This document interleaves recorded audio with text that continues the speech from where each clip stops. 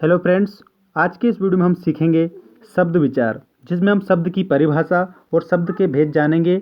रूढ़ शब्द क्या होता है, यौगिक शब्द क्या होता है और योग रूढ़ शब्द क्या होता है, आज हम उदाहरण के माध्यम से सीखेंगे। सबसे पहले आप परिभाषा देखें। एक या अधिक वर्णों से बनी हुई स्वतंत्र सार्थक ध्वनि शब्द कहलाती है। अब शब्द किसे कहते हैं तो आप उसमें बताएंगे। एक या अधिक वर्णों से बनी हुई स्वतंत्र जो सार्थक ध्वनि है वो शब्द है। जैसे एक वर्ण से निर्मित शब्द। अब एक वर्ण से, जैसे ये ना है, इससे निर्मित शब्द क्या बना, नहीं। और इसके बाद में एक और वर्ण दिया है वा, मतलब होता है इसका और।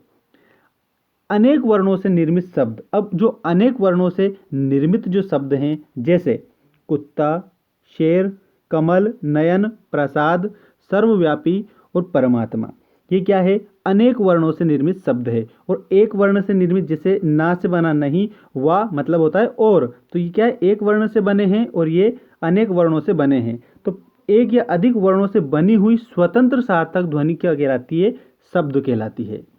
अब आता है शब्द भेद। शब्द भेद व्युत्पत्ति बनावट के आधार पर शब्द भेद। व्युत्पत्ति बनावट के आधार पर शब्द के निम्नलिखित 3 भेद होते हैं। अगर प्रश्न बना कि व्युत्पत्ति या बनावट के आधार पर शब्द के कितने भेद होते हैं, तब आप उसमें बताएंगे कि व्युत्पत्ति या बनावट के आधार पर शब्द के 3 भेद होते हैं।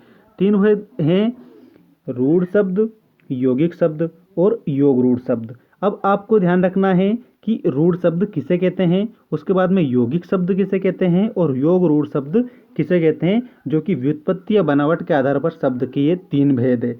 सबसे पहले आप सीखेंगे रूढ़ शब्द। रूढ़ शब्द, जो शब्द किन्हीं अन्य शब्दों के योग से ना बने हों। याद रखना है कि जो शब्द किसी अन्य शब्दों के योग से ना बने हों और किसी विशेष अर्थ को प्रकट करते हो तथा जिनके टुकड़ों का कोई अर्थ नहीं होता, वे रूढ़ शब्द कहलाते हैं। अब आपको यहाँ पर ये विशेष रूप से ध्यान रखना है कि जो ये रूढ़ शब्द हैं, ये अन्य शब्दों के योग से नहीं बनते हैं। शब्द, यहाँ पर शब्द की बात की जा रही है, ये आपको याद रखना है। जो शब्द किन्हीं अन्य शब्दों के योग से ना बने हो और किसी विशेष अर्थ को प्रकट करते हो, किसको, किसी विशेष अर्थ को प्रकट करते हो तथा जिनके टुकड़ों का कोई अर्थ नहीं होता है, मतलब अगर उसे तोड़ा जाए तो जो वर्ण होते हैं उनका कोई अर्थ नहीं होता है, वे रूढ़ शब्द कहलाते हैं। उनके टुकड़ों का कोई अर्थ नहीं होता है, ये ध्यान रखना है।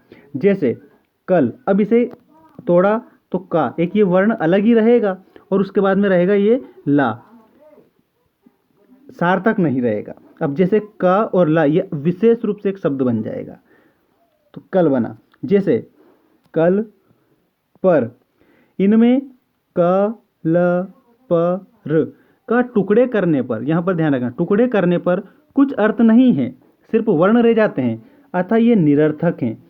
इसीलिए इनको क्या बोला जाता है, रूढ़ शब्द बोला जाता है। टुकड़े करने पर जिनका सार्थक अर्थ ना हो, उनको रूढ़ शब्द बोला जाता है। और जो शब्द किसी अन्य शब्दों के योग से ना बने हो और किसी विशेष अर्थ को प्रकट करते हो, ये भी इसमें परिभाषा के तौर पर हम बता सकते हैं, लेकिन इनके टुकड़ों का कोई भी अर्थ नहीं होता है, ये रूढ़ शब्द होते हैं। ये आपको विशेष रूप से ध्यान रखना है। अगला है यौगिक शब्द।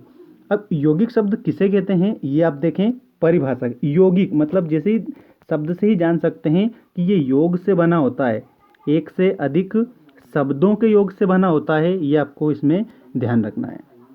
यौगिक शब्द, जो शब्द कई सार्थक शब्दों के मेल से बने हों, मेल मतलब वही योग, वे यौगिक शब्द कहलाते हैं। जैसे देवालय। अब जो ये देवालय है, ये देव, धन, आलय शब्द से बना है, देवधन आलय से बना है। इसके बाद में अगला उदाहरण है राजपुरुष। ये राज, धन, पुरुष, ये 2 शब्दों को मिलाकर बना है। इसी तरह से हिमालय, हिम, धन, आलय, ये भी 2 शब्दों से मिलाकर बना है, मतलब 2 शब्दों के योग से बना है। इसी प्रकार से देवदूत, देव, धन, दूत, ये भी 2 शब्दों के योग से बना है। तो जो शब्द कई सार्थक शब्दों के मेल से या योग से बने हो, वे यौगिक शब्द कहलाते हैं। जैसे देवालय, राजपुरुष, हिमालय, देवदूत आदि, ये सभी शब्द 2 सार्थक शब्दों के मेल से बने हैं, इसलिए इन्हें यौगिक शब्द कहा जाता है। इसके बाद में आता है योग रूढ़ शब्द। अब योग रूढ़ किसे कहते हैं, ये आपको ध्यान रखना है। योग रूढ़ मतलब कि योग तो हुआ लेकिन रूढ़ फिर चेंजेस नहीं होता है। जैसे वे शब्द जो यौगिक तो हैं किंतु सामान्य अर्थ को ना प्रकट कर मतलब किसी दूसरे अर्थ को प्रकट करते हैं। वे शब्द जो यौगिक तो हैं किंतु सामान्य अर्थ को ना प्रकट कर किसी विशेष अर्थ को प्रकट करते हैं, योग रूढ़ शब्द कहलाते हैं। जैसे पंकज, दशानन। अब पंकज का भी विशेष अर्थ रहेगा और दशानन का भी विशेष अर्थ रहेगा। पंकज, पंक धन जा, कीचड़ में उत्पन्न होने वाला, सामान्य अर्थ में प्रचलित न होकर कमल के अर्थ में रूढ़ हो गया है। इसी तरह अतः पंकज शब्द योग रूढ़ है। इसी प्रकार दस धन आनन मतलब मुख वाला अर्थात रावण में प्रसिद्ध है। अब यहाँ पर आपको ये गौर करना है कि पंकज में मतलब कीचड़ में उत्पन्न, तो कीचड़ में कौन उत्पन्न होता है, तो यहाँ पर तो कमल हो गया। इसी तरह से दशानन, दशानन 10 धन आनंद, 10 मतलब तो ये 10 संख्या में और आनंद मतलब होता है कि मुख, तो 10 मुख वाला अर्थात रावण मतलब तीसरा अर्थ निकल रहा है। तो यहाँ पर ये योग रूढ़ शब्द हैं।